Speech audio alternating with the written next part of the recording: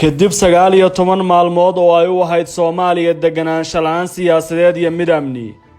Golaha shacbiga Soomaaliya ee fadhigoodu yahay Muqdisho waxa ay ilaaleen sharciga hirgelinta doorashooyinka oo horay ay u ansixiyeen 12 bisha Abriil ee aan ka soo gudubnay. Sharcigaasi meelmarintiisa ayaa kalaftay muran siyaasadeed iyo gacan ka hadal ka dhacay caasimadda dalka.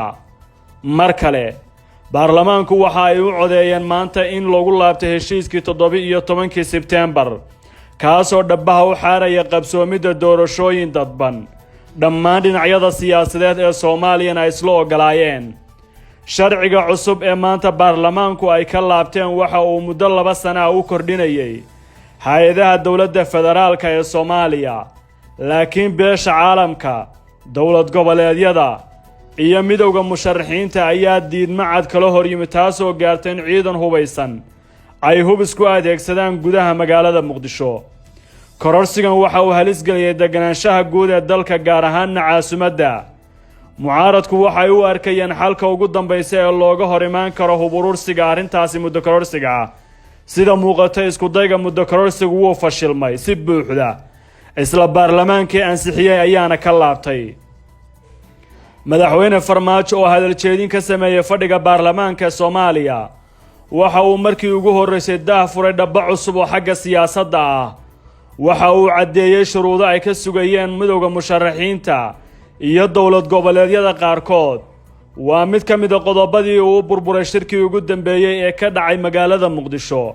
Waana hanaanka diyaarinta doorashooyinka, hirgelinta iyo amnigooda cidda mas'uuliyadda qaadanaysa. Farmaajo waxa uu xaqiijiyay in amniga howlaha hogaaminta doorashooyinka, hirgelinta doorashada iyo amniga ka shaqaynteedaba ay si doorashadu ugu qabsoonto jawi nabad oo xabsiloon la isku raacsan yahay. ay hawshaasi qabanayso xukuumadda federaalka ee Soomaaliya. Waxa uu sheegay in qabanqaabada iyo martiqaadka saxayaashii heshiiska 17 Sebtembar ay xukuumaddu fulin doonto si loo meelmariyo heshiiskaas iyo talooyinka ka soo baxay shirkii Baydhabo. Tallaabadaasi waxay muujinaysaa tanaasul siyaasadeed oo ku wajahan xaaladda dalka ee waqtigan. Saacado ka hor mucaaradku war-saxaafadeed ay soo saareen midowga musharaxiintu waxa ay ka dalbadeen Farmaajo inuu ka dhex baxo hanaanka doorashooyinka, gaar ahaan hirgelinta doorashada iyo amniga.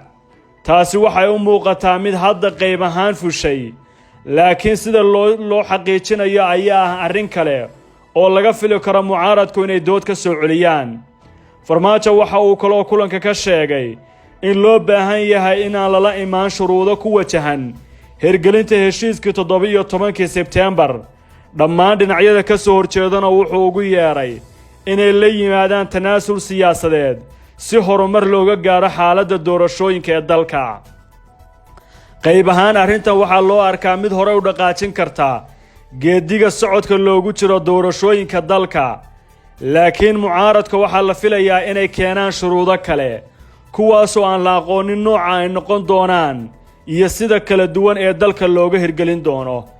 beesha caalamka sida ay tilmaamayaan ila xoogaali waxa ay soo dhaweeyeen durba tallaabada baarlamaanka federaalku uu gaaray ee ku wajahan inay ka laabteen go'aankii ay 12 bishii Abriil ku soo saareen muddo kordhin 2 sano ah.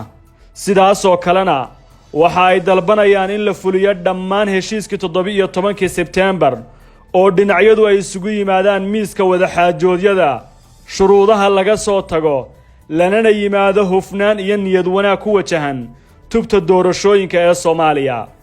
marxaladan qayb ahaan waxay u muuqataa in laga gudbay maalmo adag oo siyaasadeed.